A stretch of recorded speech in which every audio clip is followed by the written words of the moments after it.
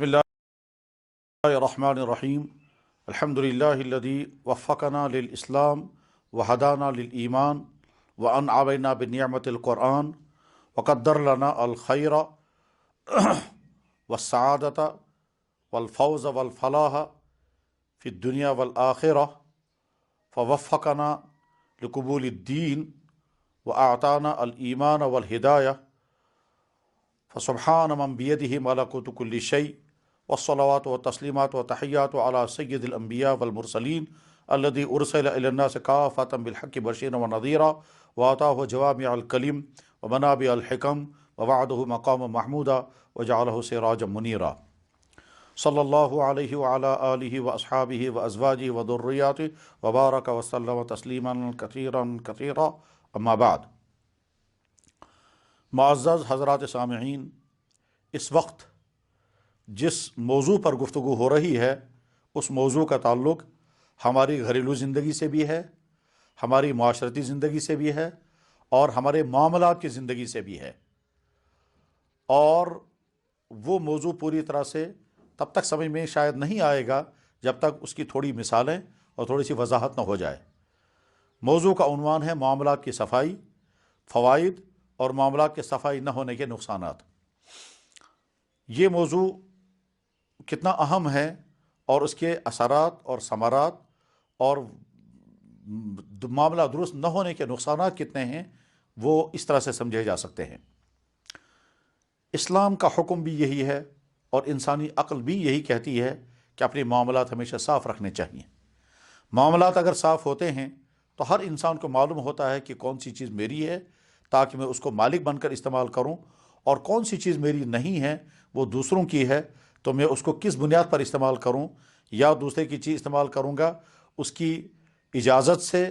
بغیر کسی معاوضے کے، یا دوسرے کی چیز استعمال کروں گا اس کی اجازت سے اور معاوضے کی بنیاد پر، اور یا دوسری کی کوئی چیز استعمال ہی نہیں کرنی ہے۔ لیکن ظاہر ہے یہ سارا تبھی ہوگا کہ جب انسان کو معلوم ہو کہ میری کون سی چیز میری ہے اور کون سی چیز دوسرے کی ہے۔ معاملات کی صفائی کا آغاز یہاں سے ہوتا ہے کہ مثلا ایک والد بزنس کر رہا ہے اور وہ اپنی آمدنی سے اپنے گھر کا چلا رہا ہے، اس کے بعد اس کا بیٹا پڑھ لکھ کر کے جب وہ روزگار کمانے کے لیے نکلا تو اس نے بھی اپنے باپ کے اسی بزنس میں اپنے آپ کو شامل کر لیا۔ اب بیٹے نے نہ یہ طے کیا کہ میں باپ کے بزنس میں شامل ہو رہا ہوں تو میری حیثیت کیا ہے، اور نہ باپ نے یہ طے کیا کہ اس بیٹے کی حیثیت کیا ہے۔ اب یہ بیٹا سال ہر سال تک باپ کے اس کام کے ساتھ شریک ہوتا رہا۔ اخیر میں جب باپ دنیا سے رخصت ہو گیا اور یہ پراپرٹی جب تقسیم ہوگی تو ظاہر ہے اس بھائی کو بھی اس بزنس میں سے حصہ لینا ہے جو بھائی اس بزنس میں شامل تھا ہی نہیں، اور یہ بھائی جو باپ کے ساتھ 10-20 سال تک کام کرتا رہا ہے اس کو بھی اس میں سے حصہ لینا ہے۔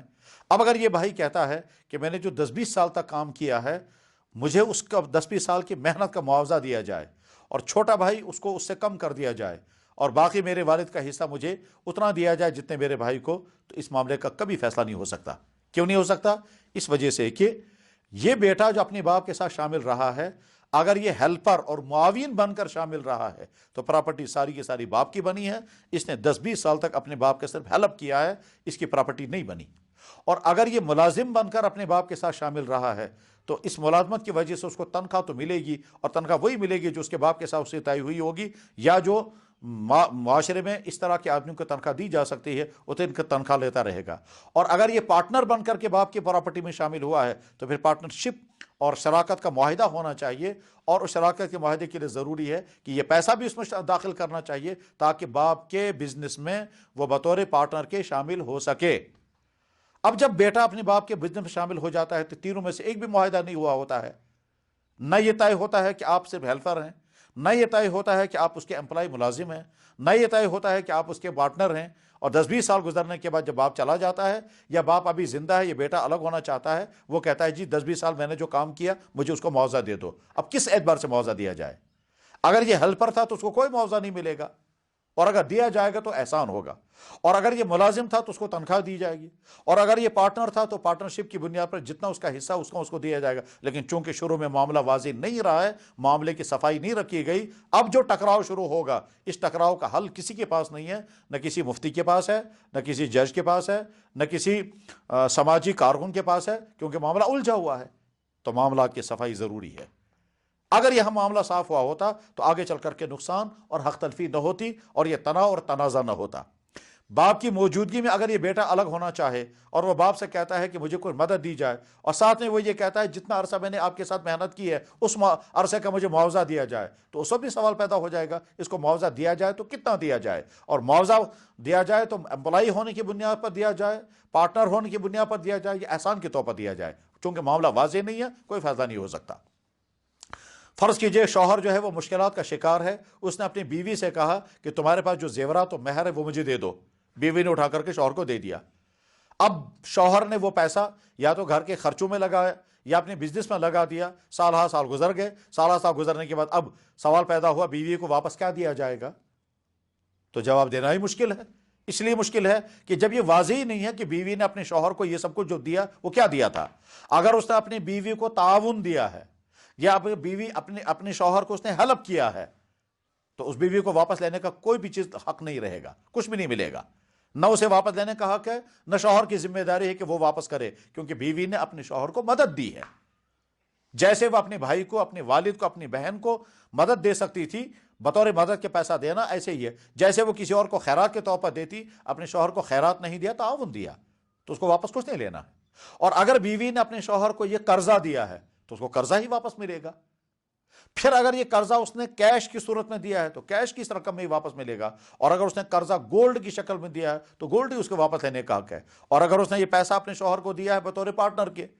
تو شوہر نے جس چیز میں بھی یہ پیسہ اس کا لگایا ہے تو اس کو وہاں دکھانا پڑے گا کہ میرا اپنا پیسہ کتنا ہے اور بیوی کا دیا ہوا پیسہ کتنا میں نے اس میں لگایا اور اپنی محنت کتنی ہے، اور بیوی کے پارٹنرشپ کی بنیاد پر اس کو جو آمدنی ہے اس آمدنی کے نفع میں سے مجھے کتنا دینا ہے، یہ ساری چیزیں کلیئر ہونا ضروری ہے۔ چونکہ ہمارے معاشرے میں یہ عام طور پر کلیئر نہیں ہوتا ہے، اس لیے آگے چل کر کے تناؤ اور نزاع ہوتا ہے، تو نہ کوئی مفتی فیصلہ کر پاتا ہے، نہ کوئی قانون کا ماہر اس کا فیصلہ کر سکتا ہے، نہ کوئی برادری پنچ والا، کوئی پنچایت والا کو اس کا فیصلہ کر سکتا ہے، کیونکہ معاملہ واضح ہے نہیں۔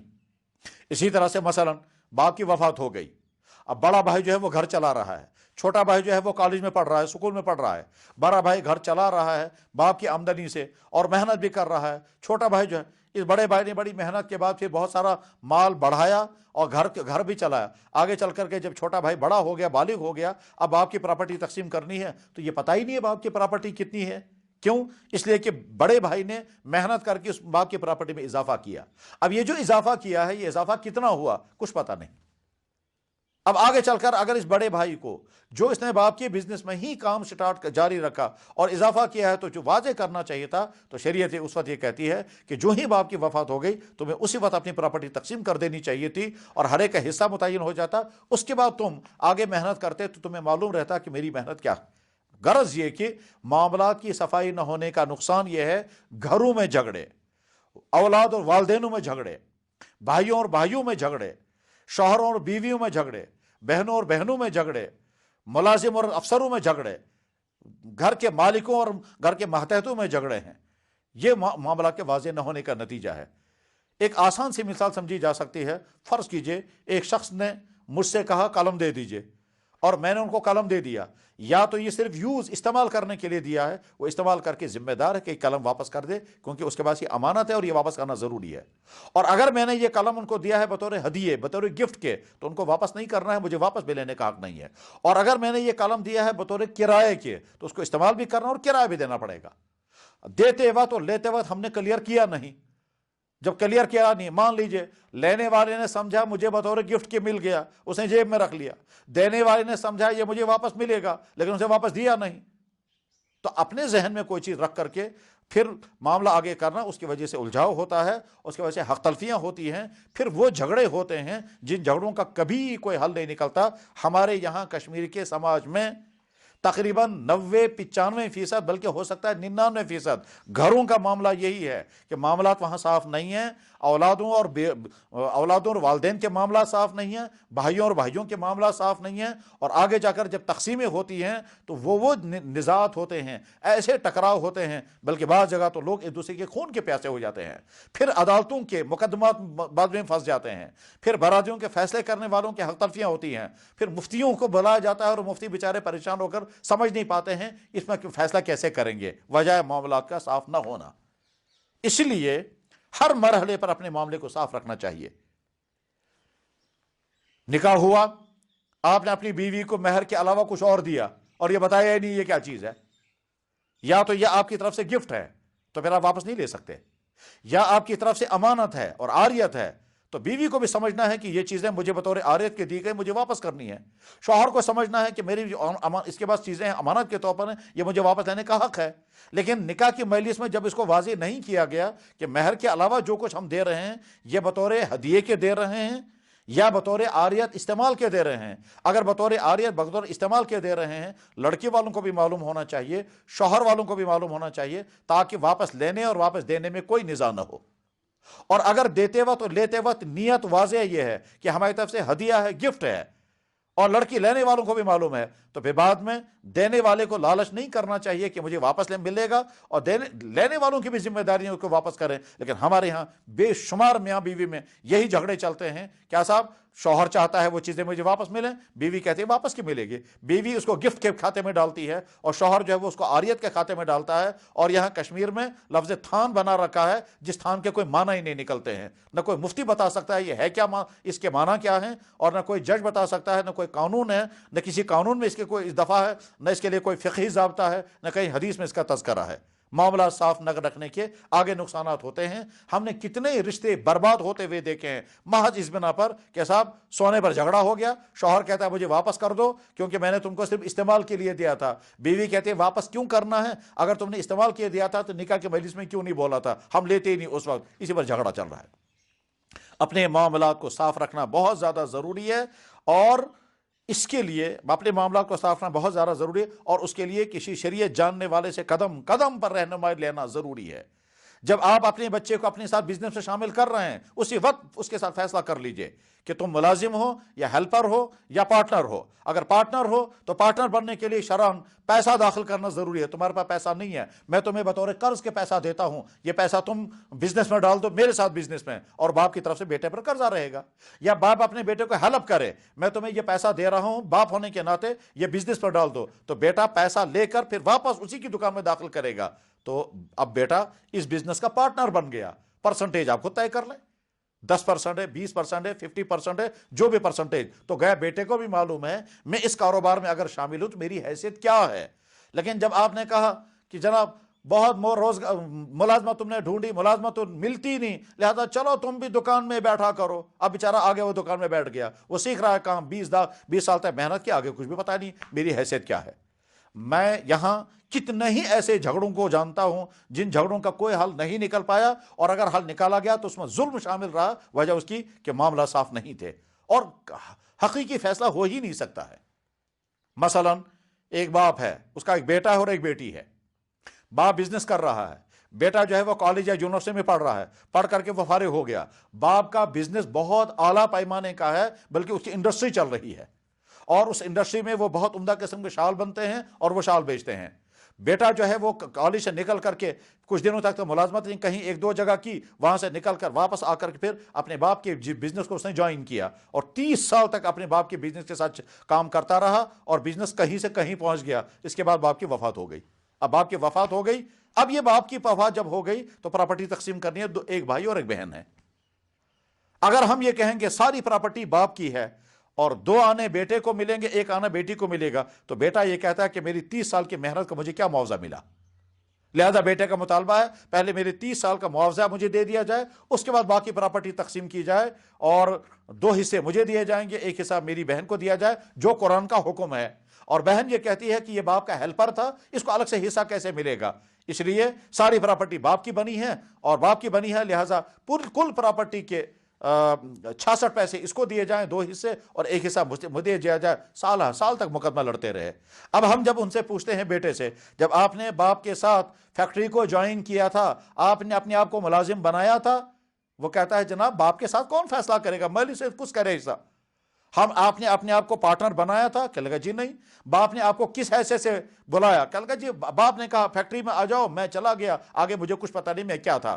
تو معاملہ چونکہ واضح نہیں رہا، اب کون فیصلہ کر سکے گا؟ اگر ہم نے اس بیٹے کو باپ کا ہیلپر مانا تو اس بیٹے کو الگ سے کچھ نہیں ملے گا، 30 سال اس نے باپ کی ہیلپ کی ہے۔ اگر ہم نے اس بیٹے کو ملازم مانے تو اس پوری پراپرٹی میں سے پہلے ملازمت کے طور پر اس کو تنخواہ ملے گی، اور اگر ہم نے اس کو پارٹنر مانا باپ کا تو پارٹنرشپ ڈیڈ چاہیے، پرسنٹیج کرے، وہ کون طے کرے گا؟ اسی طرح غرض ہے کہ ایک دو مثالیں میں نے عرض کی ہیں، اس سے سمجھا جا سکتا ہے کہ آگے اس طرح کے معاملات میں ہوتا کیا ہے۔ اور بعض دفعہ والدین اس طرح کے معاملات کو واضح نہیں کرتے ہیں اور اپنی اولادوں کے لیے زہر بو کر کے جاتے ہیں، وہ زندگی بھر لڑتے رہتے ہیں۔ کیوں صاحب؟ ایک کہتا ہے میرا حق اتنا ہے، دوسرے کہتا ہے میرا حق اتنا ہے، اور وجہ ہوتی ہے معاملہ واضح نہیں رکھا گیا ہے۔ ایک بیٹا دکانداری کر رہا ہے، دوسرا بیٹا ملازمت کر رہا ہے، دکانداری کے ذریعے سے گھر چل رہا ہے، ملازمت کر رہا ہے اور وہاں سے تنخواہ کر کے گھر میں دی جا رہی ہے، ٹھیک۔ آگے چل کر کے باپ کی وفات ہو گئی، اب دکاندار کہتا ہے ملازم بھائی نے جتنا کمایا اس کا جو جی پی فنڈ ہے اس میں میرا حق ہے، کیونکہ ہم گھر میں جوائنٹ تھے۔ ملازم بھائی کہتا ہے دکان میں جتنی ترقی ہوئی اس میں میرا حق ہے، کیونکہ ہمارا چولہا ایک ہی تھا۔ معاملات ہمیشہ صاف رکھیں۔ بہرحال اس وقت کی اس گفتگو کا منشا اور مطالبہ یہ ہے کہ اپنے معاملات کو صاف رکھیں، باپ اور بیٹے اپنے معاملات صاف رکھیں، بھائی اور بھائی اپنے معاملات صاف رکھیں۔ بڑا بھائی اپنے چھوٹے بھائی کو،